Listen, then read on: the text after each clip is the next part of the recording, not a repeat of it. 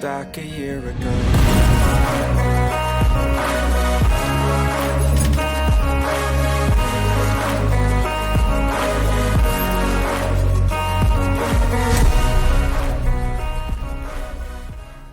Okay, welcome everyone to another episode of the Beer Bound podcast. Very excited to be joined today by Erik Moynihan from Magpie Brewing Co. Magpie was started in 2011 by four friends in a quiet alley in Seoul, South Korea, and along the way helped spark an explosion of craft beer all across the country. So in Korea, the Magpie is known to herald good news. Like the bird, it's Magpie's mission to spread great beer and craft beer culture across the country.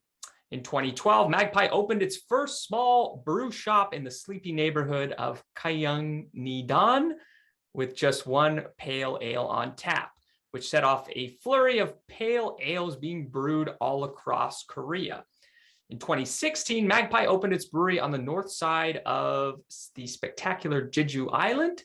Repurposing an abandoned tangerine warehouse, the team built a beautiful brewery surrounded by the cleanest air and water in the country. Not a bad idea. Magpie Brewing believes one shouldn't have to travel far to enjoy great beer, so it's their goal to offer Magpie across Korea.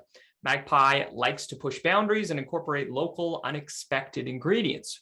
Recently, they made beer with Jeju tangerine peel used for Korean traditional medicine, as well as Sancho pepper and smoked Korean hobok pumpkins. Very, very cool. Above all, the brewery strives to balance and create drinkability. So without further ado, Erik, welcome to the Beer Bound podcast. Hi. Hello, Hi, how are you, sir? Doing great. Yeah, these days feeling good. Coming out of the pandemic, and everyone's feeling strong over here, strong and thirsty. So it's a good place to be. Can't argue with strong and thirsty. Well, Erik, maybe I gave a little introduction. Can you maybe help me out a little bit, go a little bit deeper into your history with beer, craft beer, Korea, everything? Sure. So I came to Korea back in 2007. And so that was kind of, maybe before the sort of like surge of Canadian craft beer. I come from Southern Ontario myself. And so before coming, I really loved the idea of locality with beer. I was a big fan of Wellington Brewery, and so every time we were up in Guelph, like hunting down their beers was sort of like a priority, even though, at the time I had no idea what an IPA was or a porter versus stout, any of those details. But, that really wasn't the important part. It was more about finding something that was like from the area you were going to. And so when we came to Korea, I came just as an English teacher here. I did sort of like, just teaching children, things like that, the kind of typical story that brings a lot of people here, then moved into corporate teaching, met my wife, and we sort of had this entrepreneurial drive to do something. And so we worked on a variety of projects. And meanwhile, we started homebrewing with some friends here. Despite trying to start all these different businesses, it was, homebrew beer that people kept calling us for and saying, it's my birthday this weekend. Can you make me 100 liters of homebrew beer for my birthday? Or there was sort of like a foreigner baseball league. And they'd be like, come out on Saturday and just sort of sling pints of homebrew for the guys playing baseball. And, that's when we started being like, maybe we're onto something here. This is maybe the real project we should be focused on. And so that was kind of the start of Magpie with a few of our friends that we started doing that. The main problem back then was just legalities. There's always a lot of legalities around making beer and alcohol, but in Korea, there was a lot of sort of like licensing issues and distribution laws and all this kind of stuff. And so we just got really lucky that there was a local brewery here called Brew. And the owner was this kind man who was really curious about American craft beer scene and how he could sort of capture that. And so he was sort of the first one to allow us to sort of like OEM or come into his brewery and produce our beer and then buy it in bulk from him. And that was sort of the main crux that got us started. That's really cool. So you didn't really have that much beer or brewing history prior to having this entrepreneurial buzz. Is that right? Zero experience when we got started. Yeah, one of our partners, Jason, he was kind of an avid home brewer. He's from Chicago, but he had spent some time out on the West Coast in like Portland, I think is where he was coming from. So he kind of got the bug for craft beer out there. So he was really the sort of like the one who introduced us to like really what that culture was all about and about the beer styles and teaching us about those things. But, I mean, like most people, once you start to get the bug, it's just like, what can I drink? Where can I find this style of beer? What's a good example of that? But, in Korea at the time, we were excited to get a pint of Guinness. Like that was an exciting thing for us to be able to find and go and get. So there really wasn't a lot of opportunity for us to try those beers. So it was kind of, coming back home or going and visiting friends in other countries that we would really, I used to stock my luggage with like 40 or 50 beers every time I'd come back to Korea. And luckily no one would stop me because they're sort of like, oh, the foreign guy, just let him through, it's okay. So it was kind of like a learning process in those first few years when we first started. Well, Erik, can you maybe give us, as best as you can, what you feel to be the cultural connection to Korea and beer? Maybe not necessarily beer, just drinking culture in general. Maybe as best as you can, what's the country's maybe more traditional connection to alcoholic beverages? Does it really connect itself traditionally to beer? Not necessarily this massive craft beer movement that we have, but what are some of maybe the traditions of brewing, of beer, of alcohol in Korea? Sure. I mean, Koreans drink a ton. They say like per capita, the more than even the Russians. I think there's a little bit of like per liter, but I think, the soju that everyone drinks here is usually like under 20% versus, being like a 40% or like I don't know what you want to call it, like a foolproof spirit. Yeah. But I mean, drinking culture is strong. Yeah. Why is I have heard this. I'm quite familiar. I think it's when they say like a lot of Asian, like the East Asian cultures, Japan and China and Korea, there's like a really strong sort of like you work hard and then at the end you need to like make this release. And so I mean, the government's kind of covered it up. There used to be a blog called Blackout Korea where, people really have no shame in just getting blackout drunk. And often actually like with corporate culture, you go out drinking with your boss and your teammates and like literally your boss will get blackout drunk and two people have to kind of put him in the back of a taxi. And that's like a standard, that's like a no shame. I mean, maybe a little bit of shame, but like not a strong shame for any of that. And I think it's just because, everyone works really hard and everyone wants to blow off steam. So that's a very common culture. It's changing. I think people are there's definitely like a movement to get healthier and to kind of like some of that culture. There's a lot of like, I don't know, the sort of hierarchical nature of the office workplace and sort of some misogynistic culture and a lot of that kind of stuff. It's kind of mixed in there. I wouldn't say it's like a part of the culture, but it gets mixed in. So there's a lot of effort to kind of like clean that up and get rid of that. And also just younger people are a little more health conscious these days. So that's kind of changing a little bit. As far as the traditional culture of alcohol, I'm not super deep in knowledge on all of that stuff, but most of it comes from fermented rice drinks, soju being the sort of distilled spirit, and makgeolli is the main one that they often call it like a rice wine, but I think it's more like a rice beer, actually, is what I would call it. It's it's a fermented rice, it's a fermented grain, kind of cloudy because it's unfiltered. It's differs from beer in the fact that they use like it's called nuruk. It's like a traditional yeast culture, but it's actually like yeast and bacteria and mold and everything kind of mixed together. So it's kind of like, I guess you maybe make it more akin to like Belgian style brewing, where there's like a little bit of wild and locality in all of the nuruks that come from the different areas.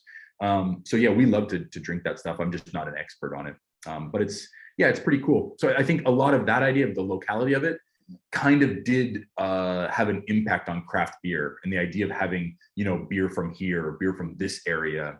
That I think that gets people kind of excited about it because they understand it from the sort of like traditional alcohol scene. Obviously, there are the traditional alcoholic beverages, soju, as you mentioned, of course. But I think beer is a pretty typical. I would say that beer probably now is your typical beverage of of choice for 100%. Koreans. Yeah. Yeah, and I'd be doing a disservice not to talk about the sort of like they call it bokteongju, which is you basically drop a shot of soju into your beer, or you mix the beer and soju together. Yeah, I mean, beer is pretty ubiquitous here. Most of the time, people are drinking soju and beer together as they go out, and yeah, it's just a so another way to get it down, I guess. Sometimes it's like, oh, dilute it a little bit because you're not trying to drink that much. So you put a little bit of soju in with your beer instead of just drinking the shots of soju straight. Sometimes they say that the carbonation of beer, all the beer, the sort of like domestic produced beer, and I mean domestic produced beer all over Asia is generally pretty light, pretty high carbonation. Kind of they use it to like cut the oils on foods is what a lot of people kind of drink beer to do too. Beer and chicken, they call it pimek, mekju being the Korean word for beer. So that's kind of a huge thing is the chimek.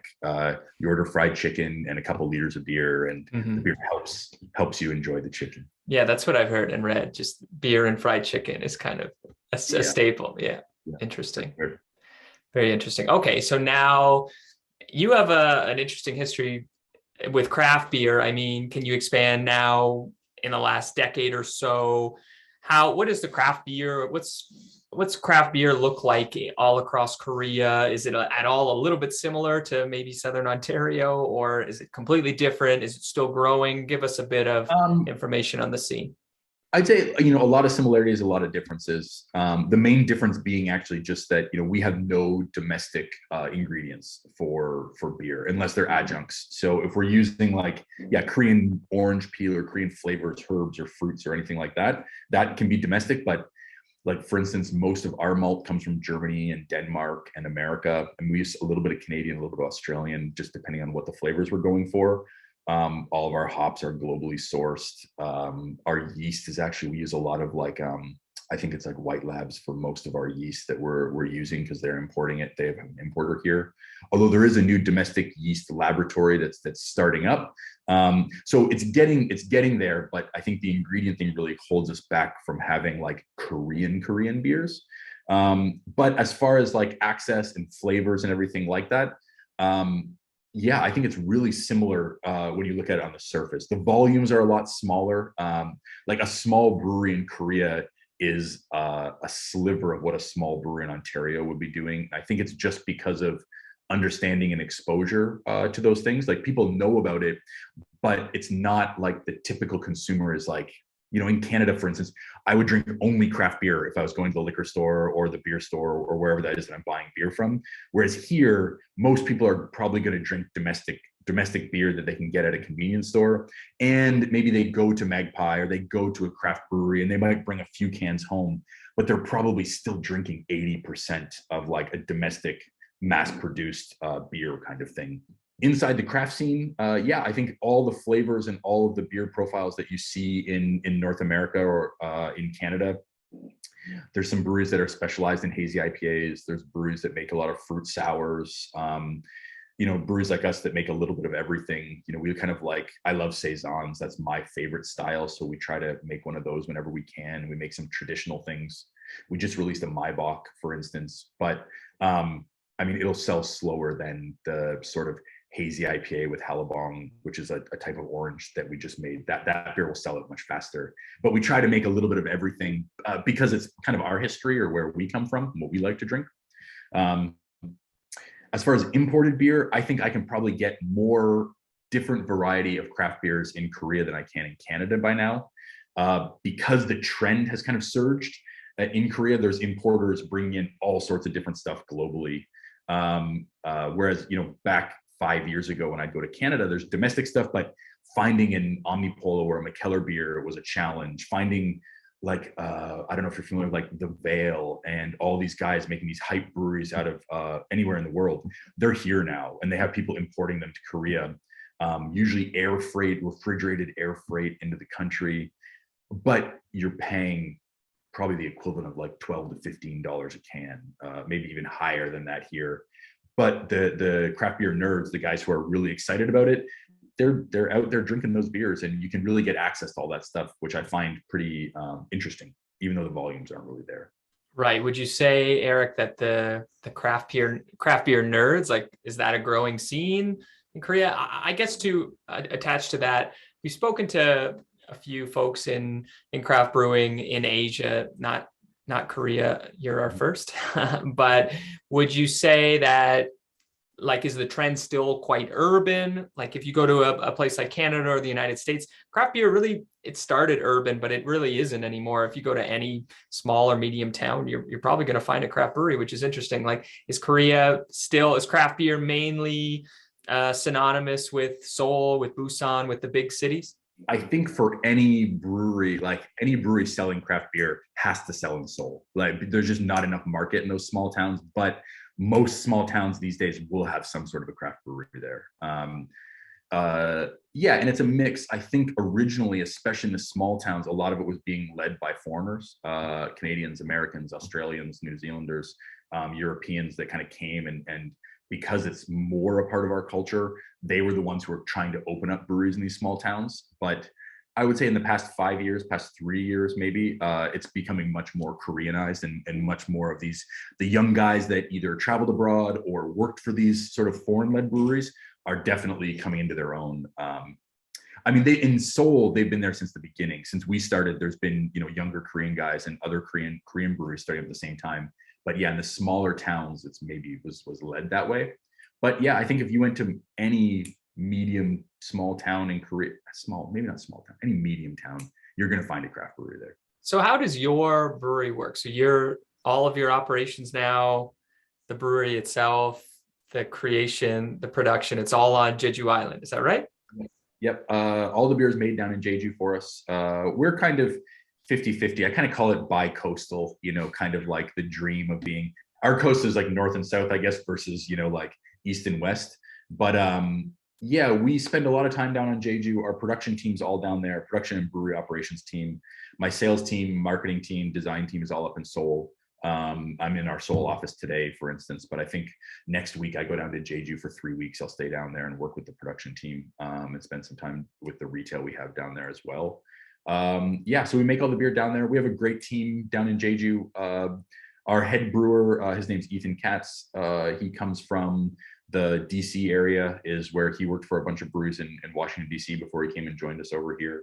Yeah, I mean, probably these days, when Ethan decides to leave us, hopefully not for a long time, but maybe now we'll be able to kind of hire someone domestic to take over the sort of brewing operations and recipe development. Whereas in the past, I would have struggled to find someone that I think was really on the same page with what I wanted or had the experience and I guess tasting experience that myself and our sort of like upper management or ownership team had.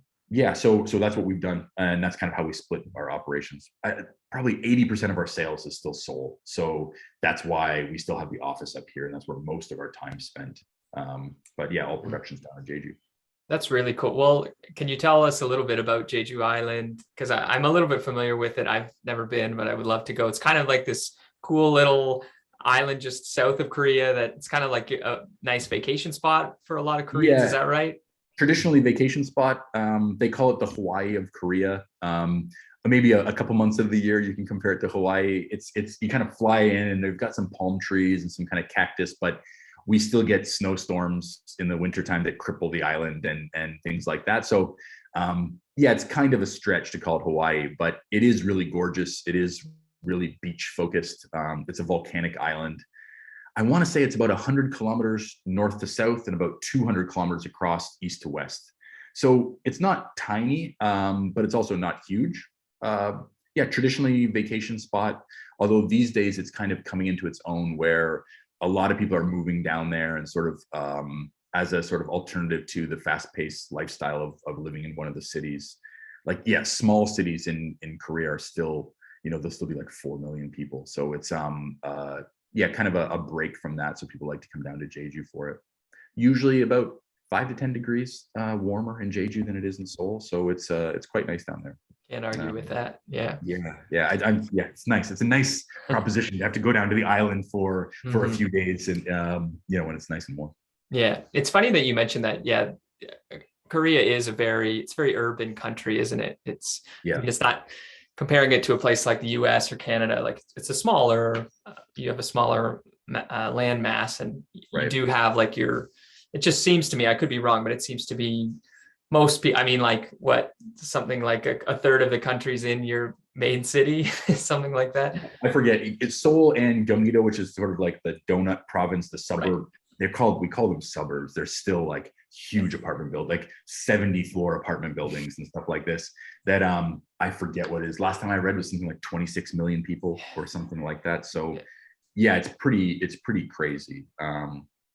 But I mean, it's still kind of, the public transportation, everything is so easy here. Mm-hmm. So, getting across that is still, maybe across town's 40 minutes is all it really takes if you take the trains or you take express trains. So it's pretty easy to get wherever you want to go. Yeah. And, being in the center, being in sort of, if you're in a hype or popular neighborhood, those they get surges of people on the weekends. And it's really fantastic. It's really phenomenal. It's great if you're a small business that is doing something unique.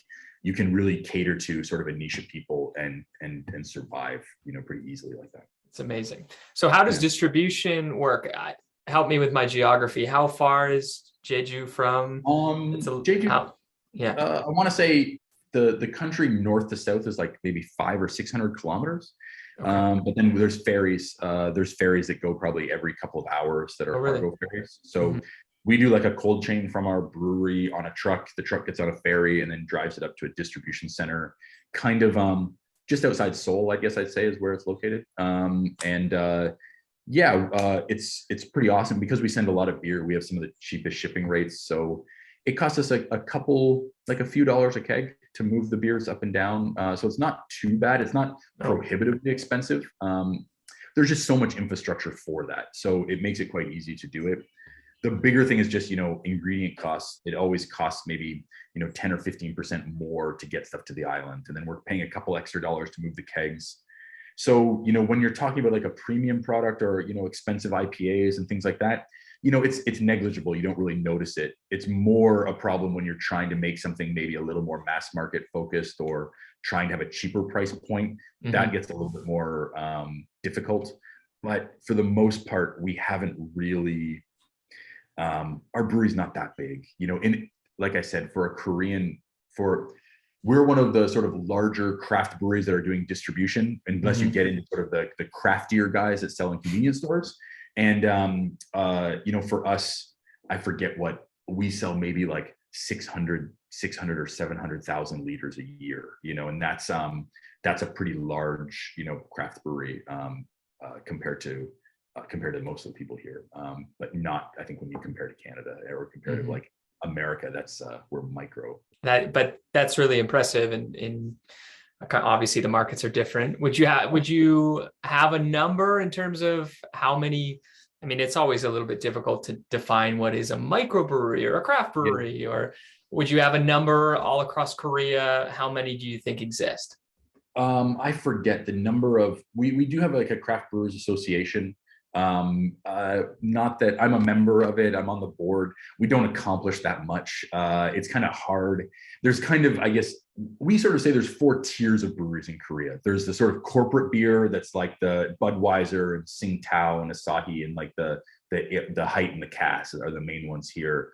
And then the tier 2 there's maybe a handful, maybe 10 breweries that they sell their beer mostly through what we call like hypermarkets, which are big grocery store chains, and convenience stores. You can sell beer in a convenience store 24 hours a day here.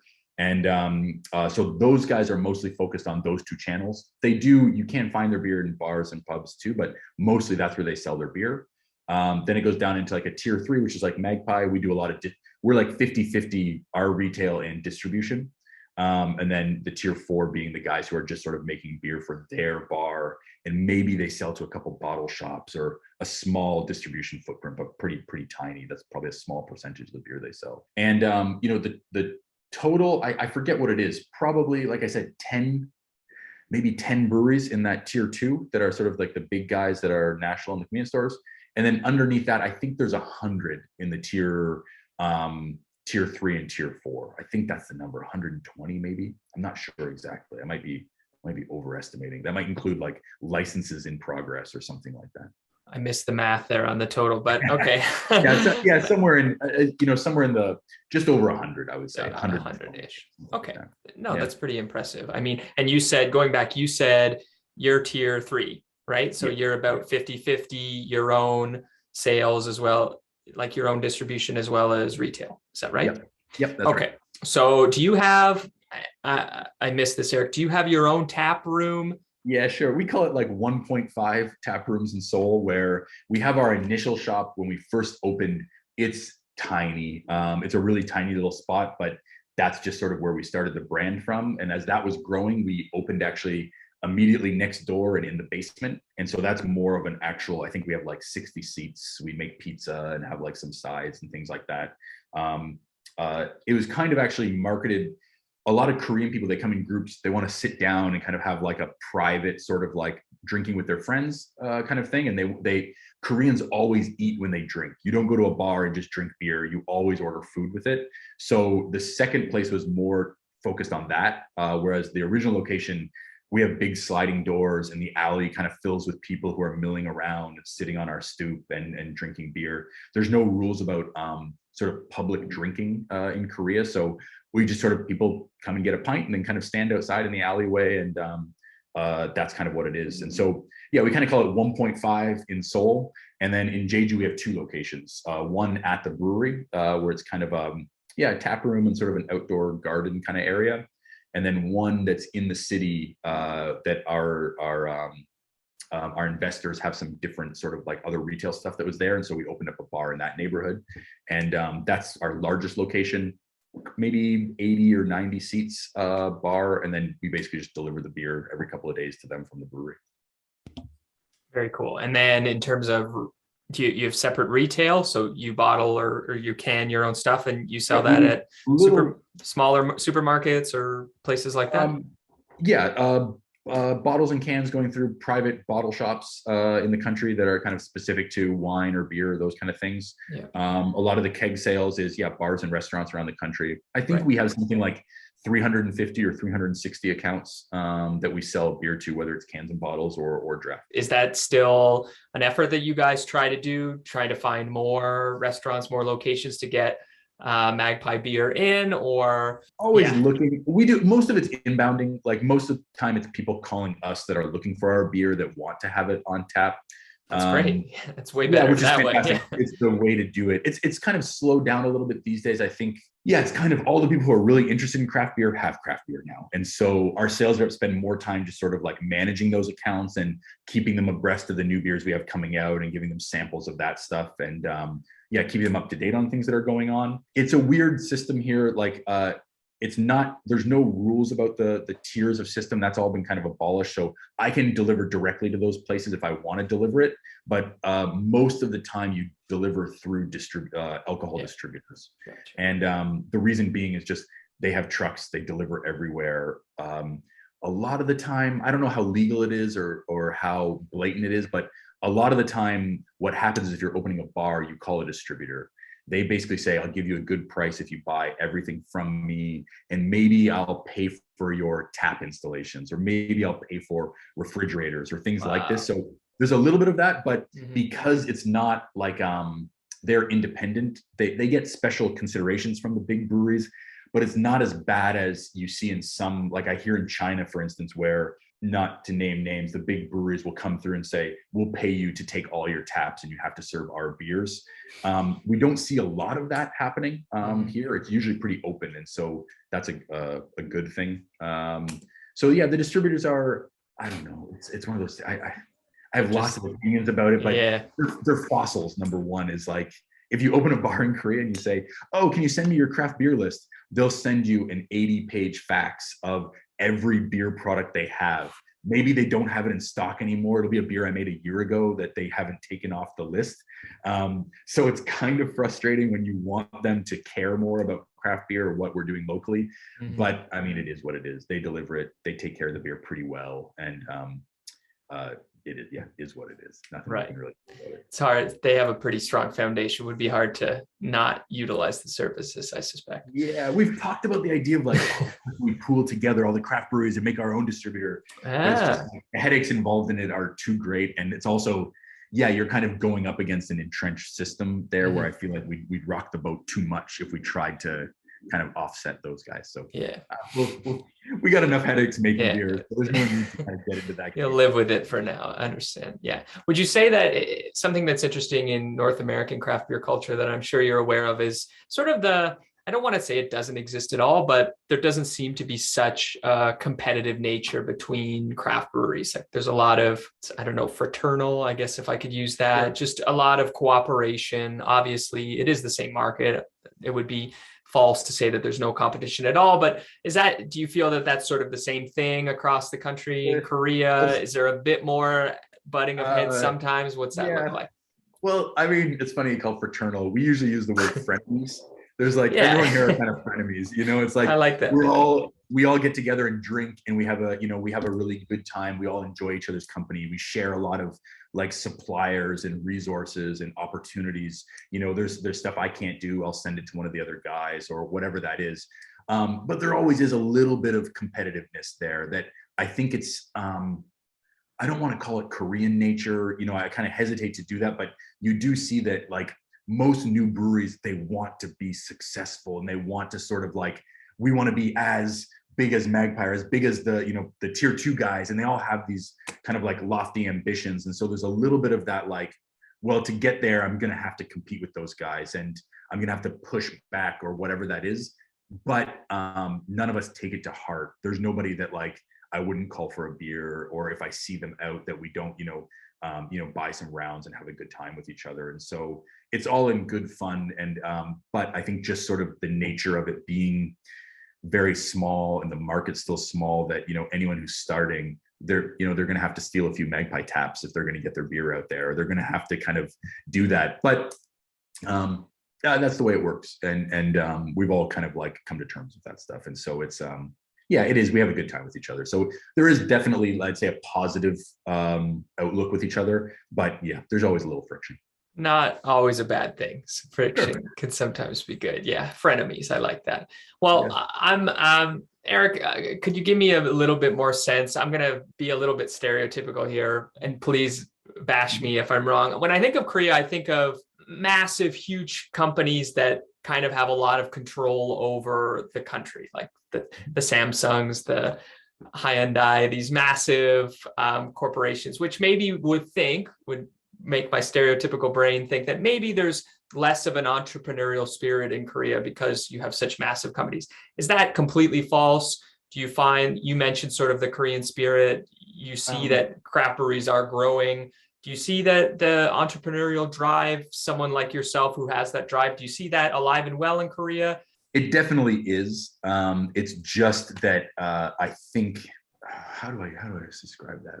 I think people have a hard time looking outside of the box sometimes. And so there's a strong entrepreneurial spirit, and everyone like dreams of quitting their corporate job that's so dominating and opening their own business. But as far as like being really creative with what you can open and finding the sort of like market opportunities, I see that kind of lacking. I think you see trends where I was just talking with a friend of mine who opened a Philly cheesesteak restaurant, and I think Seoul is going to see 15 new Philly cheesesteak restaurants open in the next 3 or 4 months. And wow, kind of like once something hits and people see it, and then everyone kind of says like, well, I can do that. I'm going to do one of these things too. And that's why, like, I think the introduction you gave originally, that was some of that was some of our marketing copy and stuff we talked about a long time ago, where we were really pushing people. When we started, our first 3 beers were pale ale, a porter, and an IPA, very West Coast. Like our pale ale is a very blatant homage to Sierra Nevada, because that's the beer we wanted to drink when we started 10 years ago. But we found, 10 years ago when we started, every brewery had a pale ale, a porter, and an IPA were their first 3 beers. And that was like what everyone was trying to do. And we were trying to say like, guys, there's a million styles, there's a million things, and we can't wait to make the next style. You guys don't need to do what we've done in order to be successful. I think that in the beer scene, that's not so much a problem anymore. Now people are saying, oh, I had these, crazy hazies in Boston when I went to school there. I'm going to come back and open that kind of a brewery. Or right. You guys know, whatever it is, Lurvig or Omnipol, or these guys that make these like really interesting, sort of adjunct beers. You're seeing more people looking at those as examples instead of just looking internally. So the craft beer scene, I think, is kind of like evolved past that kind of a thing. But in general, in Korea, when you say Samsung and Hyundai's, we have a very like a Western connotation of like, oh, that's an electronics company and a car company. Like they make everything here. They make apartment buildings. You buy a Samsung apartment and and then you go into a Samsung electronics shop where you basically can do a checklist of every single appliance you have in your house down to your electric toothbrush. So it's kind of like they do dominate everything. They do control a lot of channels and have a lot of stuff. It's really funny you bring it up because like we're actually we're talking with LG right now that's made this like tabletop homebrew device. And so they're trying to get us involved in like making recipes for their like it's basically like a big coffee maker that makes homebrew. And wow. yeah, it's a varying success, I guess, the beers that come out of it. Sure. But yeah, but it's really curious just the way that they kind of like they see a trend that like those companies jump on everything. People are very fast to those companies. As big as they are and they're kind of slow moving, they have wings that are very fast to jump on trends and try to absorb those trends. So in general, I do think Koreans are very entrepreneurial. They really want to do those kind of things. But you do see really fast trend adoption. And when something becomes trendy, there's a huge push into what those things are. And you see 100 of them pop up in 6 months. So it's kind of interesting. I think it's interesting you mentioned like Philly cheesesteak restaurants. That's funny. Do you see that Korea, like many, perhaps most of the countries in the world, just sort of looks a little to the United States for trends? I get the perception, and I think I understand, like Korea, I think has a pretty favorable look to the United States in terms of culture, music, art, cinema, just sort of trends. Do you see that? And on the top of that, do you see craft beer in Korea as a lot of its embrace is seen through like, oh, this is a American culture? Or do you see it as sort of like, perhaps more of like a Canadian lens? We don't see craft beer as an American piece of culture. We see it as maybe it started there and we're like 3 months behind, some sort of thing like that. Sure. Do you know what I mean? Does that sort of make sense? Yep. Yes and no. I mean, I think so. There was, even since I want to say like the early 2000s or maybe even earlier than that, I forget, I was never strong in history. I forget the story of Korean craft beer, but a lot of the initial first wave of what they called like house beer, where it's like a beer house, was all German influence. And it came from, just like World Cup and the Olympics and stuff like this, where people kind of brought that back. So beer in Korea, like for a long time, had a very German sort of like tag on it. That's kind of what people expected it to be, was that, oh, beer is German, they make the best beers, that's what it is. When we started, we definitely took it a much more American route with the American West Coast style beers. But I do think that, things like the beer London Pride and like there's a lot of British influence on it. There's a lot of German influence still that I guess, I think North America gets kind of lumped together with Koreans a lot of the time, even though the Koreans are like, I guess, diaspora, like Koreans are everywhere. They go everywhere. They bring back culture with them. So like, I think that you'll see a craft beer pub open that might be like, we're a Canadian craft beer pub, or we're a Canadian style, we're a Danish style. And you get a little bit of that. So I don't think it's necessarily seen purely as a North American, although, America itself probably leads the charge on what people think of as craft beer styles. But it is interesting that craft beer kind of has like a little bit more of a global perspective with that. Also, maybe the foreign brewers at least come from a lot of different places. A lot of Germans, some Czech, some New Zealand, Australians, and British. So everyone kind of comes from everywhere. So they bring their own kind of angle to that. So I don't think it is necessarily dominated by, American perspective. Although it's still strong. Yeah, that makes sense. I guess going to that, you mentioned some of the international craft brewers and craft brewery owners. You said they're probably from all corners of the world. Two-part question. Do you see that most of the craft breweries in Korea are still expats owning these establishments, or do you see more Korean citizens actually taking the lead and opening the breweries? Yeah, I mean, I think the first wave was definitely foreign led, and now I would say most of the breweries opening up that I see are Korean led. Especially the bigger the brewery, the more Korean led it is. Just access to funding and things like that versus being here for a non-beer reason and then deciding to open a brewery or doing something like that.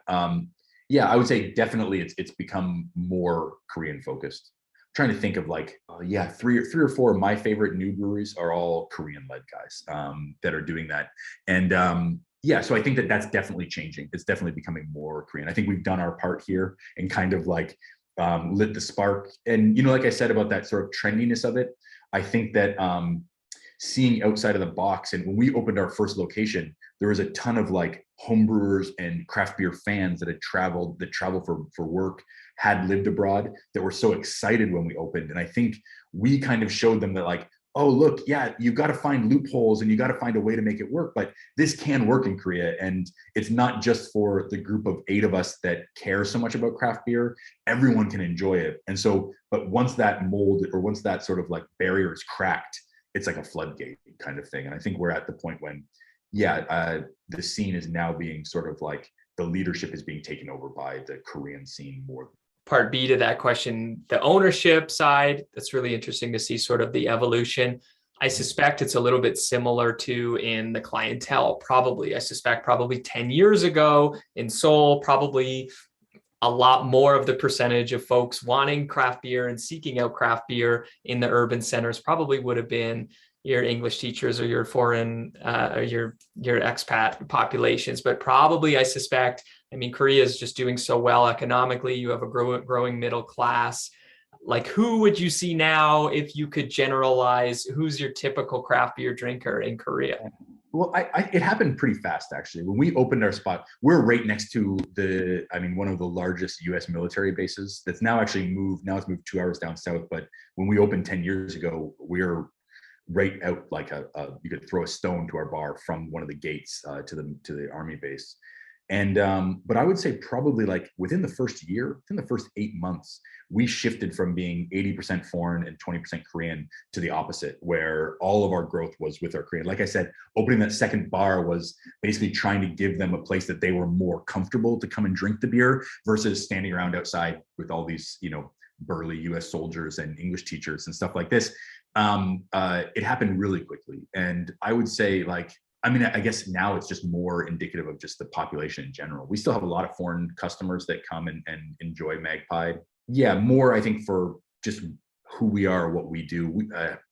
What is it? Mark Maron, the comedian, had a great line where he said, like, it's not a demographic, it's a disposition, you know, and like the people who come to Magpie kind of come because, yeah, the beer's good and the vibe is simple and it's not flashy and it's just kind of a place to chill where, you know, you're going to bump into someone, you know, and whether the age range or Korean or whatever that is, it's yeah, that's kind of Magpie style in general. But the craft beer scene is actually, it's really interesting. It's led by women in Korea. It's the women are definitely the trendsetters, and they're the ones who are exploring and have less, like, if you're going to go drinking in Korea, generally speaking, if I'm talking to my male Korean friends, that means we're going to go drink soju. Like, you want to go drinking tonight? Let's go drink soju. Or I have to say specifically, like, I've got a craft beer bar I want to go check out. Do you guys want to go there? Whereas with women, I think it's just much more open, where it's like, well, what's new? What's a new spot you really want to check out? And is it a wine bar? Is it a beer bar? Is it a tapas bar? You know, they're much more explorative. Is that a word? I don't know. They're much more looking for what's new. That's, I mean, 10 years ago, 5 years ago, I think that'll always be the case. I think there's definitely a growing, you know, foodie scene and alcohol scene, and the cocktail bars here are exploding.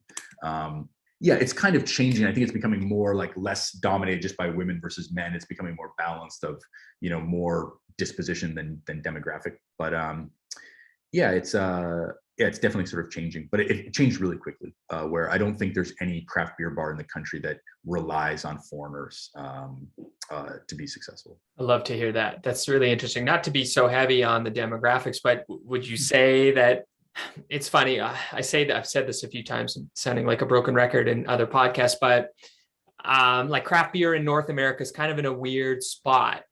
I see anyways, because it's a little bit more expensive than your typical beer, but it's not that expensive to be so way out of reach from typical middle class individuals. Would you say that that's comparable in Korea? Would you say that maybe it's a bit more of an affluent clientele that you have? not necessarily? What do you see with that?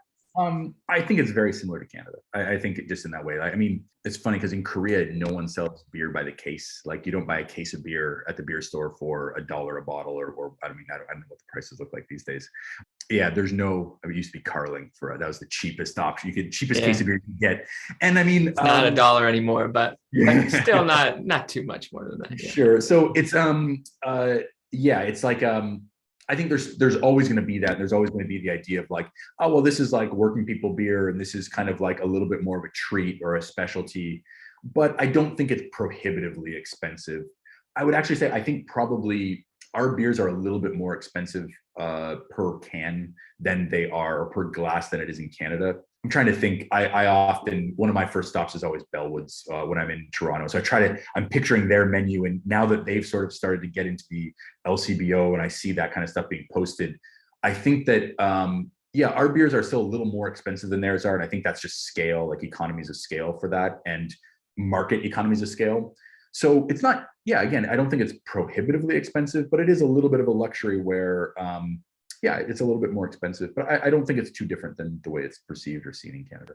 Find that really interesting what you said about women kind of leading the charge to be more interested in seeking out different craft breweries, or maybe something that's new. If like new beers are popping up at particular locations, they're more eager and willing to check those places out. Is that typically, do you see that sort of as like a girls' night out sort of thing, or like not necessarily, like it's just sort of like the women push everyone there? Or do you see, like, if I were to walk into any craft brewery in Korea, the more than 50% of the folks would be women? Is that fair to say? Maybe changing these days. I know 5 years ago, that's why a lot of my friends would say, like, I love coming to your bar because I walk in and it's 60-80% women that are going to be in there. Yeah, I think, this is kind of a more macro trend, but like the idea of influencers and influencer marketing and Instagram, that has always been crazy in Korea. I don't know how, since the internet was invented, that kind of like influencer marketing and the sort of like, what do you want to say, social media perception and image and all that kind of stuff, it's hyper realized in Korea compared to what you see in North America, I think. Mm-hmm. I think actually North America is learning it, or the Western world is learning it from Asia, and they're learning how that works from what has been happening in Asia for 20 years kind of thing. And so I think that whole it was really frustrating when we first opened Magpie. You'd see people come in and they'd buy 2 pints and a pizza, and they take 300 photos and drink half the beers and eat a slice of pizza and then leave. And I would be, start off where you're sort of like incredulous, like, why are you leaving that there? Like, what's going on? Did I do something wrong? Is there something there? And then you kind of get angry, like livid. You're just like, why? These people are wasting and blah, blah, blah. And we should be selling beer to people who want to drink them. But we see less of that these days.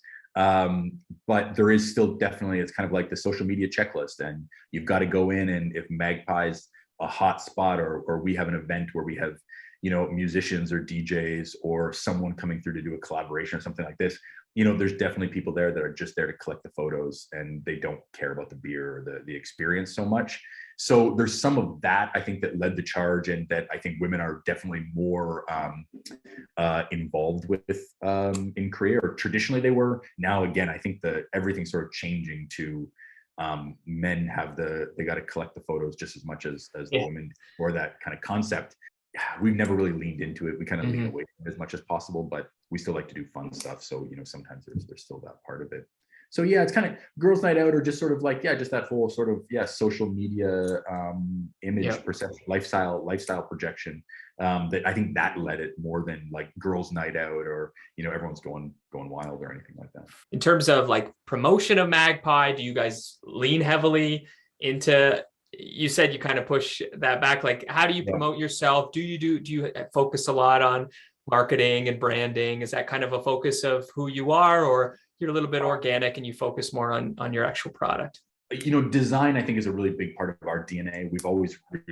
We've been one of the only brewers to have like in-house design team, or to have like, let's say, a studio that we sort of like work with and things like that. No one else was really doing that. And in the beginning, it was more of I guess sort of like what my experience in Canada was with beer too, that, we weren't putting anything in packages, but we still made a poster design for every beer we released, because, it sort of helps tell the story of what that beer is about, or give an idea of what kind of flavor or character this beer is going to have. And then that transitioned into us having cans and packaged products and things like that as well. I think that's just, it's a part of Magpie's brand, a part of our story, where we've always been curious and interested in those things. So we always kind of did that stuff. We don't do a ton of marketing. I mean, we have an Instagram account to show off that design and some of the fun stuff that we do, telling our story and telling what we're all about and things like that. But, we don't really pay for any advertising. It's usually organic, where we try to work. We do a lot of collaborations, not necessarily like outside of the beer industry collaborations, where we do a lot of stuff with like the Vans shoe company and sponsor their events and do stuff with them together. Or a lot of the time, different art galleries, smaller art galleries around the country will ask us to sort of like cater their events, and we do those kind of marketing events.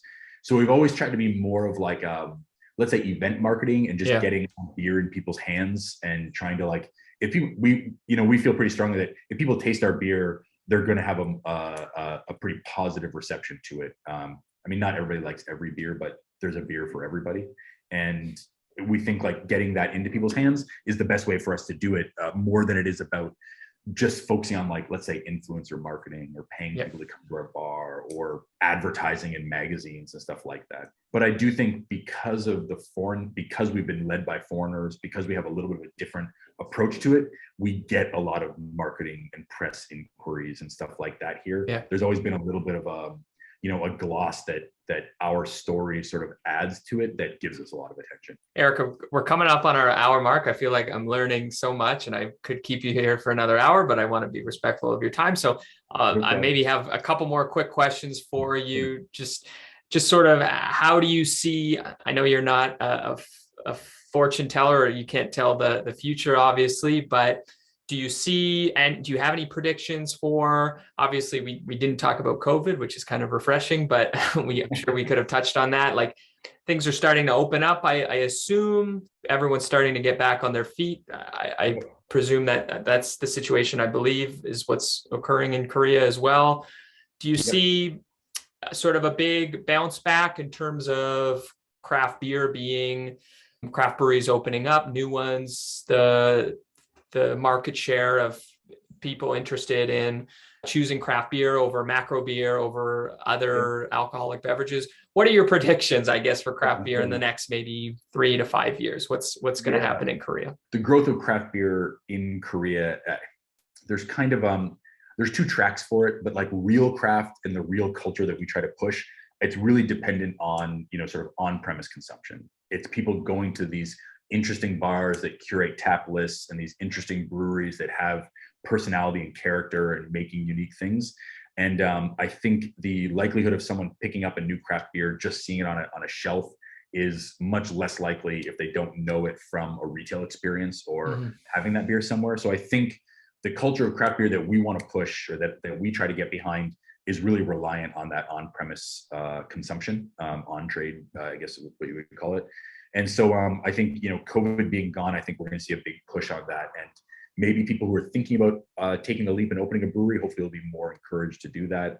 Or, places like us, I've been dying to open a brew pub in Seoul. And I don't know when that's going to happen. We always talk about it at the beginning of the year, and then we've just been like, put it on the back burner. It's not the right time.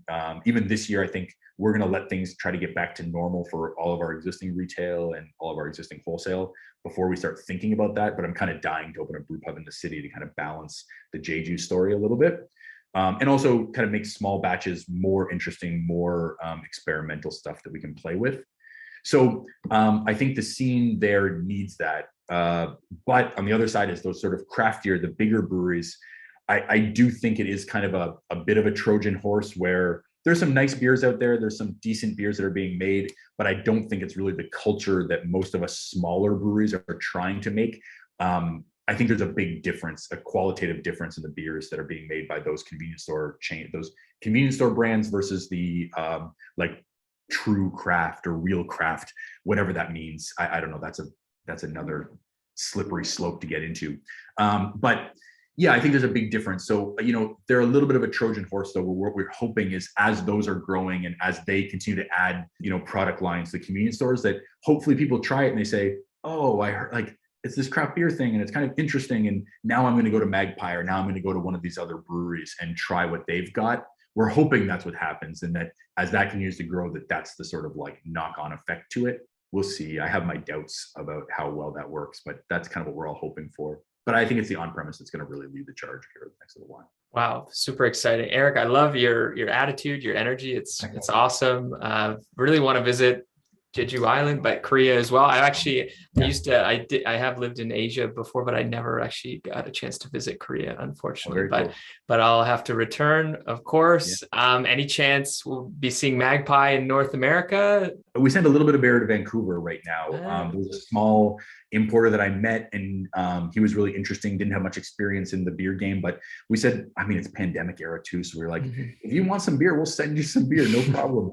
And so I'm sure there's some bottle shops and stuff in Vancouver where we can get our beer. A couple of years ago, pre-pandemic, we made it out for the Collective Arts Festival. We met them at some festivals, and they invited us to come over and pour. So we did some work with them. So yeah, I'm not sure. I mean, in Ontario specifically, the LCBO is such a challenge to navigate, and we've pitched a few beers to get them into the market there. But what's really challenging for us is, our core beers that make up 60% of our volume. It's a West Coast Pale Ale, a West Coast IPA. Who wants a beer that everyone's making in North America? Like, why do you want one from Korea that took 2 months to get there? So we're actually kind of focusing right now with our existing, we send more beer through Southeast Asia. We have importers in Thailand and Hong Kong, Singapore, Hong Kong, Singapore, Thailand. So we're trying to make some actually like very sort of, let's say, Korean inspired beers that, Koreans don't want to drink a kimchi inspired beer, but the foreigners do. We actually made a cucumber kimchi sour, a gosa, that was super awesome, slightly spicy, a little refreshing with the kimchi or with the cucumber, and some salt. Some salt in it. Yeah. Kimchi gosa. Yeah. But we think, internationally, there's a big market for that kind of stuff. And with the growth of Korean cuisine and things like that. So we're building sort of a new, we call it like our international core line to kind of focus on Korean flavors. But yeah, probably later this year, I'll start releasing that stuff. And hopefully someone in North America wants to pick that up and bring it in. But yeah, we'll see. Slow and steady, patient. We're a patient group over here. So we'll take it as it comes. Love it. Well, Erik Moynihan from Magpie Brewing in Korea. Thank you so much, Erik. I mean it. I really want to visit one day. I'll be sure to let you know, and good luck with everything, and look forward to chatting again soon. Awesome. Cheers. Thanks so much. Cheers. Be sure to subscribe to stay up to date on all our interviews and beer-related content. Remember, craft beer is here.